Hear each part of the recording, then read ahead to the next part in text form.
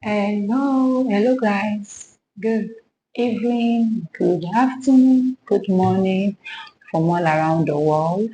Thank you for supporting this channel. Thank you for keep showing up. Thank you so much. Okay, let's quickly pray. Father, in Jesus' name. Father, we ask that you come and take control. We ask that you be the one to speak through me at this hour in the name of Jesus. I pray that everyone that comes across this session, they are inspired, they are enlightened, their lives never remain the same. We all get to know the Lord better, and it affects every aspect of our lives positively in Jesus' name. Amen. Sweet Holy Spirit, come and be the one to speak through me. I decrease and you increase in the name of Jesus. Holy Spirit, come and speak to our hearts. Change our lives in Jesus' name. Amen. Amen. Thank you so much. Thank you so much. So today we are on Genesis chapter 8. That's how far we've come. So this is today on my perspective on Genesis chapter 8. Now, jumping straight right in, verse 1, I titled verse 1 as a sign. As a sign. Let me read it with my Bible today. And God remembered Noah and every living thing and all the cattle that was with him in the ark. And God made a wind to pass over the earth, and the waters assuaged. I'm reading from New King James Version. So, a wind passed over the earth. That, I believe, was a sign to the stopping of the waters. Don't forget. Okay. Yes, I'm going to be doing another video. It's going to be a very short video. There was an error in our previous video where I said that the rain blasts the waters from the fountains, from the heavens. I said it lasted for 150 years. That was a big error. I'm sorry, please. That was my bad. So it was 150 days, not 150 years. I'm going to be making a short video to that effect. Thank you. And the audio of the New King James Version of Genesis chapter 8 is already available. You can check it out so that you can follow through. So I believe that the wind passing over the earth was a sign that the Lord wanted to stop the waters. Yes, I believe that God don't just do things. He always it's just that sometimes it's just that it demands that we are very sensitive in the spirit. Nothing happens, nothing takes us off guard. Nothing for people who walk with God, when we genuinely walk with God, He always gives us a sign. There's a way He allows us to know about things before they happen. Remember when God was saying concerning Abraham, He said, will I do such thing without allowing my friend Abraham know? So, depending on how much we work with God, He will always give us a sign for everything that happens. Yes. We're jumping straight to verse 4. Verse 4 says, and the ark rested in the 7th month on the 17th day of the month upon the mountains of Ararat. If you remembered, the previous chapter we read in chapter 7, we read that 50 cubits upwards, the waters covered the mountains. It was stated very clearly that the waters were so much that it covered the mountains. So the Bible was making us to understand that as at the 7th month, that this is in the 601st year. We'll get to that subsequently in this chapter. That in the 7th month, on the 17th day that the ark itself rested on Mount Ararat. Yes, so if it said that the ark rested on Mount Ararat, it means that then the water was reducing gradually. The waters was reducing gradually. That is what that means. So, and then in verse 5 here, and very good, the reference has been made to it here. In verse 5, it is said that, in verse 5, and the waters decreased continually until the 10th month. In the 10th month, on the first day of the month, were the tops of the mountains seen. You know that in chapter 7, we're told that the waters covered the mountains. Now, the Bible is making reference that at the 10th month, the first day of the 10th month, the tops of the mountains began to be seen. Yes. So now in verse 6, the Bible makes us to understand that that was the first time that Noah opened the windows of the ark. I can just imagine. I don't know. I don't know how did they get ventilation? I don't know. I have no idea how they got ventilation, how they got fresh air. I have no idea. So, but the Bible is making us to understand here in verse 6, and it came to pass at the end of 40 days that Noah opened the window of the ark which he had made. And perhaps maybe it wasn't the first time. I don't know. You could comment and share your opinions with me. In fact, the day I receive somebody's comment, I'm going to come here and I'm going to do a dance for you guys. A dance, yes. I can dance. I really know how to dance. You can see that every time I talk, my body moves. I love dancing. So whether I know how to dance or not, you will decide when someone comments. So here in verse 9, the Bible makes us to understand that the dove found no rest. Now, something happened before we got to verse 9. Now, after 40 days, and Noah was able to open the window, he sent forth a raven. Why did he send forth a raven? Because he wanted to know whether the ground was really dry. He wanted to know whether they could step out of the ark. Yes, he wanted a sign. So, let me read verse 7. And he sent forth a raven, which went forth to and fro until the waters were dried up from off the earth. So that was a summary in verse 7 that a raven was sent and it went to and fro until there was a confirmation that the earth was dry. So now, to verse 9, the dove came back. In verse 9, the dove that Noah sent to confirm whether the land was dry or not, it came back. And the Bible recorded that the dove found no rest to place the sole of his feet on. The dove, it's that word that amazes me. The dove found no rest.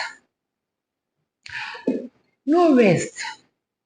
What do you think? The dove went out and found no rest. And it came back. It makes me wonder about our calling. Sometimes we are working on either our children or our spiritual children, and then we try to push them out to go and face life. So you want to know whether you've taught them well. But then they make mistakes and they come back. You don't push them away. You accept them. The Bible records that Noah took the dove, he brought it in to himself. Yes, the Bible could have said he brought it in, but to himself was added to it. Let's read it in verse 9. Verse 9, but the dove found no rest for the sole of her feet, and she returned unto him into the ark, for the waters were on the face of the whole earth. Then he put forth his hand, and took her, and pulled her in unto him into the ark. So, I pray that the Holy Spirit gives us understanding of this.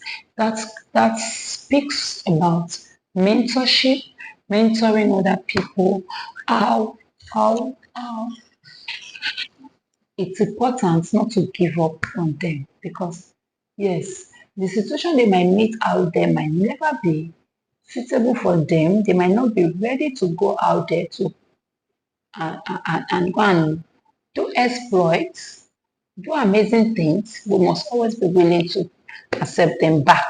So then after 7 days, another 7 days, in verse 10, after 7 days, Noah sent back the dove.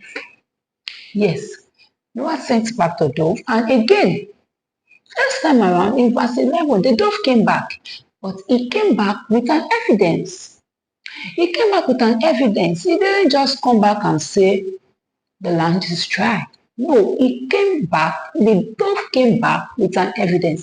Likewise, when we send out our prodigies, when we send out our children, our spiritual children into the world to go and do exploit for Christ, we must look out for evidence to prove that are they doing okay or not. If they don't have evidence, it shows that we still need to labor for them in Christ. Yes. So the dove came back with an evidence, which was the olive leaf. Yes, because if water was, because as long as there were waters everywhere, the olive leaf won't grow on top of the water. So it means that the water was submerged enough that the olive leaf had the chance to grow. Yes, so that was the evidence. Do you know that Noah still received the dove into the ark? Besides, the dove wanted to still be in the ark. Yes, we will know soon. So, after another 7 days, in verse 12, Noah sent the dove back into the earth after another 7 days. You can see how Noah takes time to actually give the dove time to receive nourishment, spiritual nourishment, mental nourishment, physical well-being nourishment, and so on and so forth, before he pushes back the dove into the world. 7 days. He didn't say, okay, he brought an evidence after all yesterday. Let me send it in the evening of today, or let me send him in 2 days' time. 7 days. And we know in the Bible that 7 signifies perfection. Numbers are powerful in the Bible. Numbers are very, very significant in the Bible. So this time around, after these 7 days that Noah sent the dove into the world, the dove never returned. When I just read this aspect of the Bible, that the dove returned not. Okay, let's read it in verse 12.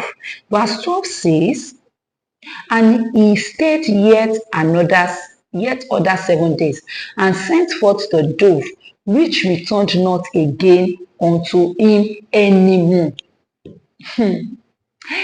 This touched me, because I just wondered that you mean the dove never returned. I felt that the dove was supposed to come and say, okay, the land is dry, but bye, I'm going. I've spent enough time with you. I'm tired of being with you. I'm going. I want to live my life. I want to do exploit for God. The dove didn't come back to seek permission or to inform Noah. The dove simply never returned anymore. A lot of things came to my mind. That means the dog only came back because the outside world was not palatable, was not convenient enough for it. Yes, who are those set of people that keep coming back to you and then suddenly they never show up and you are angry that it's when she needs help, it's when it needs help that it comes around. Now, when last did I see him? See, they don't have to come back. No, I never took offense when the dog never came back. I guess it's part of life and it didn't start today. It started way back then. So this teaches us to forgive the unforgivable, to forgive even before one asks for forgiveness. It's for our own sanity. And it is because of the leadership position that we are in. Yes. So as long as they are fine, then there's no problem. So let's go to verse 13. Verse 13 gives us more detail about the dryness of the earth. Yes, it gives us more detail. So let's read verse 13 together. And it came to pass in the 601st year, in the first month, the first day of the month, the waters were dried up from off the earth. And then what happened? Noah removed the covering of the ark. In fact, I wondered, so the ark had a covering. The ark had a covering. The ark had a covering. This is it. There are times when the coverings are removed. Have you seen someone who went astray, who is supposed to face the consequences of what they did, but never experienced any consequence? There could have been covering. There could have been a covering. There was a covering over the ark. So on the 601st year, first month, first day, Noah removed the covering. Who knows? We're talking about ventilation. Who knows whether the covering was a form of ventilation? Who knows? It's a question. I would love to get a perspective. So verse 14, in verse 14, more details was made on the dryness of the earth. In verse 14 says, and in the second month, on the 7th and 20th day of the month, that means 27th day of the second month, was the earth dried. Was the earth not dried in the previous verse? Dryness is in levels. Yes, dryness is in levels. So, the next verse here is verse 16 to 17. It talks about the go-ahead. The go-ahead. The Lord spoke in a long while. The Lord spoke in verse 15. And God spoke unto Noah, saying, go